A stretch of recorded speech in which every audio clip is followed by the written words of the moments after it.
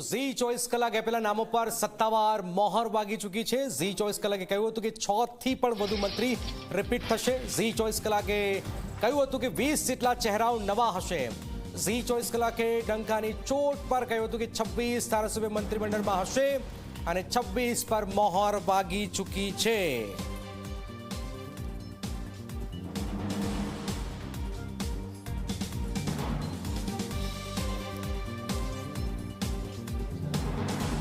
ઝી 24 કલાકે આપેલા નામો પર સત્તાવાર મોહર વાગી ચૂકી છે। આપને જાણ આપી દઈએ કે જે નામ હતા લગભગ આપ જુઓ કે એ જ નામ પર મોહર વાગી ચૂકી છે। નિધિ અમારી સાથે જોડે ગયા। નિધિ, લગભગ પિક્ચર આપણે પહેલા જ વાત કરતા હતા કે પિક્ચર આ જેમ જગદીશ વિશ્વકર્મા પિક્ચર ક્લિયર થઈ ગયું એમ આ પિક્ચર પણ ઝી 24 કલાકે ફોડી દીધું હતું, પેપર ફોડ્યું હતું। લગભગ આપણે એ રેશિયામાં ટોપ પર પહોંચી રહ્યા છે। જે આપણે બતાવ્યું એ જ લગભગ એક બેને વાત કરતા લગભગ એ જ છે નામ। નિધિ, એટલે જો ઝી 24 કલાકે જે પણ નામજનક બતાવ્યા હતા લગભગ એ તમામ નામો પર મોહર લાગી ચૂકી છે। નવા ઘણા ચહેરાઓ છે જેમને ચાન્સ એક તક આપવામાં આવી છે અને તેમની કામગીરી પર બધાની નજર રહેશે।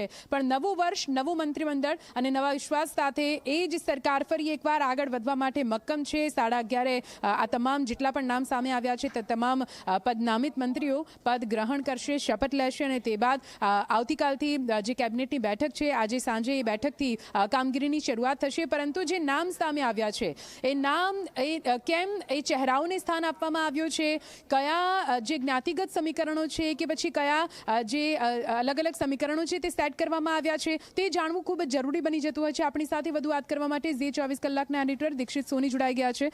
સર, નામ હવે આપણી સામે આવી ચૂક્યા છે। લગભગ આપણે જે કીધા હતા એ નામ તો આવી જ ગયા છે, બીજા નવા ચહેરાઓને પણ સ્થાન આપવામાં આવ્યું છે। સૌથી મોટો સવાલ એ જ થાય છે કે પાવર પ્લે ક્યાં કેન્દ્રિત રહેશે? સૌથી પહેલા નિધિ આપણે એ વાત કરી લઈએ કે મંત્રીમંડળનું વિસ્તરણ શા માટે કરવામાં આવ્યું અને ખાસ કરીને મંત્રીમંડળનું વિસ્તરણ એટલા માટે જરૂરી થતું હતું કે એક રાજ્યમાં અને જાતિગત સમીકરણોના આધારે અને ઝોન વાઇઝ ઉત્તર ગુજરાત, દક્ષિણ ગુજરાત અને જાતિગત સમીકરણોના આધારે એક બેલેન્સ બેસાડવાનું હતું। છેલ્લા થોડા સમયથી ક્યાંક ને ક્યાંક એવું લાગી રહ્યું હતું કે લેઉવા સમાજ એટલે કે પાટીદાર સમાજ જે સૌથી મોટી વોટ બેંક છે, સૌથી મોટી કમ્યુનિટી છે, કડવા પાટીદાર મુખ્યમંત્રી છે, પરંતુ લેઉવાનું પ્રતિનિધિત્વ નહોતું। તમે જુઓ કે આપણે પહેલા દિવસથી એ કહી રહ્યા હતા કે લેઉવા સમાજને અને સૌરાષ્ટ્રને વધારે પ્રતિનિધિત્વ મળશે, તો અત્યારે જે મંત્રીઓના નામ સામે આવ્યા છે એમાં તમે જુઓ કે લેઉવા સમાજને વધારે પ્રતિનિધિત્વ મળ્યું છે અને લેઉવા સમાજના લગભગ 4 મંત્રીઓ અત્યારે ઇન્ક્લુડ થયા છે। જાતિગત સમીકરણોના આધારે જોવા જઈએ તો તમામ જાતિને પૂરતું પ્રતિનિધિત્વ મળી રહે એવી રીતનું આ મંત્રીમંડળ થયું છે। આદિવાસી 4 ચહેરા ઉમેરી દેવામાં આવ્યા છે અને એસસીમાંથી 3 છે અને જ્યારે ઓબીસીના લગભગ 7 ચહેરા થઈ ગયા છે। એટલે કે પાટીદાર અને ઓબીસી આ 2 મેજર કમ્યુનિટીને આપણે ધ્યાનમાં રાખીએ તો એના મંત્રીઓને બેલેન્સ કરવામાં આવ્યા છે। વાત કરવામાં આવે પાવર સેન્ટરની, તમે હમણાં જે મને પૂછી રહ્યા હતા એ પાવર સેન્ટર, બિલકુલ હવે આ જે દાદાના મંત્રીમંડળનો નવો ચહેરો આપણને જોવા મળવાનો છે એમાં પાવર સેન્ટરમાં દાદા પછી એટલે કે મુખ્યમંત્રી પછી 2 ચહેરા સૌથી મોટા જોવા મળશે। આ હું બહુ મહત્વની વાત કહી રહ્યો છું।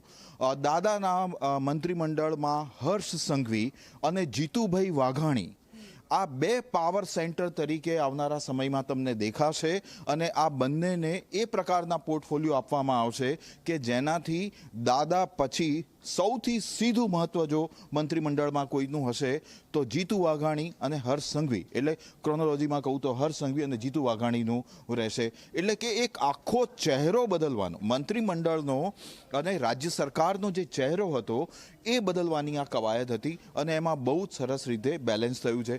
બીજી તરફ આપણે સંગઠનની વાત કરીએ તો સંગઠનમાં હવે જગદીશ વિશ્વકર્મા ઓબીસી સમાજનું પ્રતિનિધિત્વ કરે છે, ત્યાંથી એમને પણ મૂકી દેવામાં આવ્યા છે। હવે આવનારા સમયમાં એ માળખું પણ સંગઠનનું માળખું પણ તૈયાર થશે। એટલે સરકાર અને સંગઠન એક સાથે તાલમેલ મિલાવીને ચાલે એ પ્રકારનું સંતુલન હવે ગોઠવી દેવામાં આવ્યું છે અને સ્વાભાવિક વાત છે કે હવે સીધો ટાર્ગેટ જાન્યુઆરીમાં થવાવાળી મહાનગરપાલિકાની ચૂંટણી છે, જે એક સેમિફાઇનલ તરીકે અને દાદાનું આ જે નવું મંત્રીમંડળ છે અને સંગઠનના જે નવા સુકાની છે એમના માટે એક લિટમસ ટેસ્ટ સાબિત થશે.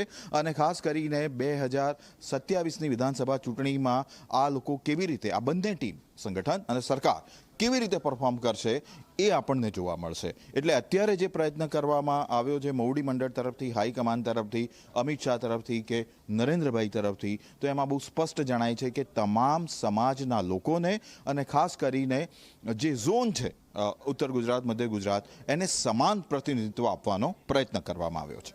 બિલકુલ સર. તો જનક, જુઓ કેવી રીતે અહીંયા જે તમામ સમીકરણો છે તેને સેટ કરવામાં આવ્યા છે અને એક બેલેન્સ સાથે આ મંત્રીમંડળ બનાવવામાં આવ્યું છે. તેમાં કચ્છની વાત હોય તો કચ્છમાંથી પણ એક ધારાસભ્યને મંત્રી બનાવવામાં આવ્યા છે. આ તરફ ઉત્તર ગુજરાત, સૌરાષ્ટ્ર અને દક્ષિણ ગુજરાતને એમ કે ખાસું એવું પ્રતિનિધિત્વ મળ્યું છે. મધ્ય ગુજરાતમાં પણ પ્રતિનિધિત્વ મળ્યું છે. મહિલા ધારાસભ્યો છે તેમને પણ અહીં આગળ 3 મહિલા ધારાસભ્યોને અહીં આગળ મંત્રી બનાવવામાં આવ્યા છે. એટલે મહિલાઓનું પણ પ્રતિનિધિત્વ બની રહે તે પ્રકારે અહીંયા પૂરું જે આયોજન છે તે ઉપર મોવડી મંડળથી કરવામાં આવ્યું હોય તેવું સ્પષ્ટપણે લાગી રહ્યું છે. ફરીથી આપણે દીક્ષિત સર પાસે જઈશું.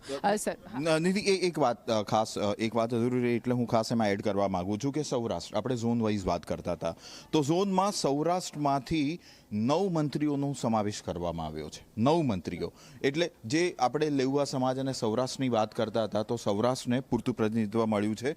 ઉત્તર ગુજરાતમાંથી 4, દક્ષિણ ગુજરાતમાંથી 6 અને મધ્ય ગુજરાતમાંથી પણ 6. મધ્ય ગુજરાતમાંથી આપણને લાગતું હતું કે 4 મંત્રીઓ આવી શકે છે, પણ ત્યાં પણ 6 જેટલા મંત્રીઓનો સમાવેશ કરવામાં આવ્યો છે. એટલે તમે જુઓ, સૌરાષ્ટ્રને અત્યાર સુધી જે પ્રતિનિધિત્વ મળ્યું છે એ હવે અહીંયા દેખાય છે. તમે અત્યાર સુધીમાં બીજેપીમાં, સંગઠનમાં જૂના પ્રદેશ અધ્યક્ષ જુઓ તો લગભગ તમને સૌરાષ્ટ્રમાંથી જોવા મળશે.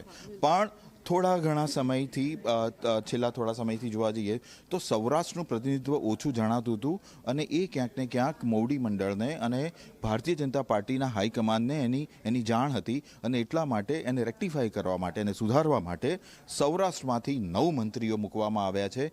લેઉવા સમાજને વધારે પ્રતિનિધિત્વ આપવામાં આવ્યું છે. એટલે હવે એક બેલેન્સ જળવાઈ ગયું હોય એવું કહી શકાય. બિલકુલ. તો આભાર સર પૂરી માહિતી માટે. તો આપ જુઓ કેવી રીતે પૂરું બેલેન્સ જાળવવાનો અહીંયા પ્રયત્ન કરવામાં આવ્યો છે, જેથી સૌને સાથે લઈને સૌને આગળ વધતી આ સરકાર એક મોટો સંદેશ ચોક્કસથી હાઈકમાન્ડ અહીંયા ગુજરાતની જનતાને, અલગ અલગ ઝોનને, તમામ જ્ઞાતિઓને આપવાનો પ્રયત્ન જનક કરતી હોય તેવું સ્પષ્ટપણે લાગી રહ્યું છે.